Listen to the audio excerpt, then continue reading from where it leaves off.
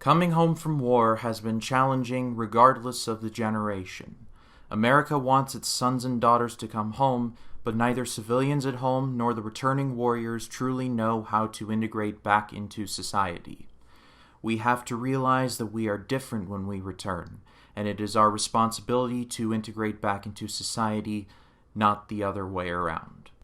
Hello everyone, my name is Ryan Cam. That quote was from my Uncle Scott, who has spent his entire adult life in the United States Air Force, where the highest rank that he got to was Chief Master Sergeant. And he is a personal hero of mine. And most importantly, at least in the context of this review, he is a veteran, and he knows better than anyone the struggles of the characters in the movie The Best Years of Our Lives, and I thought it would be a great way to open up the video other than me just rambling on about the director and backstage stories and etc. We'll probably be seeing this, so Uncle Scott, thank you so much for letting me use your words to set the tone for this review. Without any further ado, let's get started. The Best Years of Our Lives was directed by William Wyler, the man who would, after this, go on to direct a little movie called Ben-Hur. You might have heard of it. And among others, it stars Dana Andrews, Friedrich March, and Harold Russell. And it tells the story of three soldiers arriving home from World War II to find their lives changed irreversibly. The origins of this movie stem from studio head Samuel Goldwyn, who was reading an article about GIs returning to normal life in Time magazine. Goldwyn, inspired by this article, tagged a Pulitzer Prize-winning World War II journalist named McKinley Cantor to write a novella. This novella would eventually inspire the movie The Best Years of Our Lives. And similar to The Bridge on the River Kwai, this movie almost pulled a Lord of the Rings Return of the King at the Academy Awards, nearly winning every award it was nominated for with the exception of Best Sound Recording.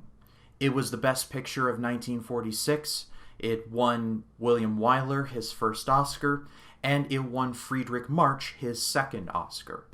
And those awards were all incredibly well-deserved. I don't give too much stock to the Oscars because I just generally don't care about Oscars, but they got it right this time around because this movie is just, it's amazing. Before I go any further, I should say, though, that this movie is not a war movie in the traditional sense. There are no battle sequences, there's nothing like that at all. It's a war movie in the sense that soldiers are involved, but the general premise is that soldiers are returning home to civilian life after spending many years overseas fighting the Nazis. But the conceit of this not being a war movie and being a story about soldiers returning home gives an excellent platform for our three main actors because the acting in this movie is incredible. Like I said in my intro, this movie got Friedrich March his second Oscar, the first being for the 1930s version of Dr. Jekyll and Mr. Hyde, which Friedrich March played both characters to just an amazing degree. But my absolute favorite part of this movie was Harold Russell. Harold Russell legitimately lost both his hands in a training accident on June 6, 1944 to be specific. I wonder what else happened that day. But as I was watching this movie, my dad walked in and he saw some of it and he complimented it, saying that it was one of his favorites. And he said that this was around one of the first, if not the first, depictions of a soldier or a disabled soldier coming home and them actually showing the disability. I'm sure that nowadays we have a relatively better understanding of stuff like that. But in 1946, seeing a disability of any kind on screen was just unheard of. Some of the most brutal scenes in the movie involve Harold Russell, and he just knocks it out of the park every time. One of my favorite scenes in the movie is when Harold Russell's character is at this soda bar, and he's talking to Friedrich March's character, because Friedrich March is a soda jerk, about their experiences in the war. And this smarmy guy next to him he's like, "You all fought that war for the wrong reasons." And Harold Russell's character as anyone would, I'm sure, gets super offended over this when he says, "I lost both of my hands fighting fascism. What can you say about it?" And this guy's only counter-argument is, just read the facts, man. Just read the facts. But Friedrich March's character, because he is a good man, just punches this dude through the candy counter and tells his boss, yeah, I'm fired, right? Well, too late. I quit. And throws his apron down. Start a slow clap for Friedrich March. And this movie has more than its fair share of brutal moments. Like, pretty much everything involving Harold Russell's character. Again, like I said, he has 2 hook hands, and so everyone is just in shock of him having these hands.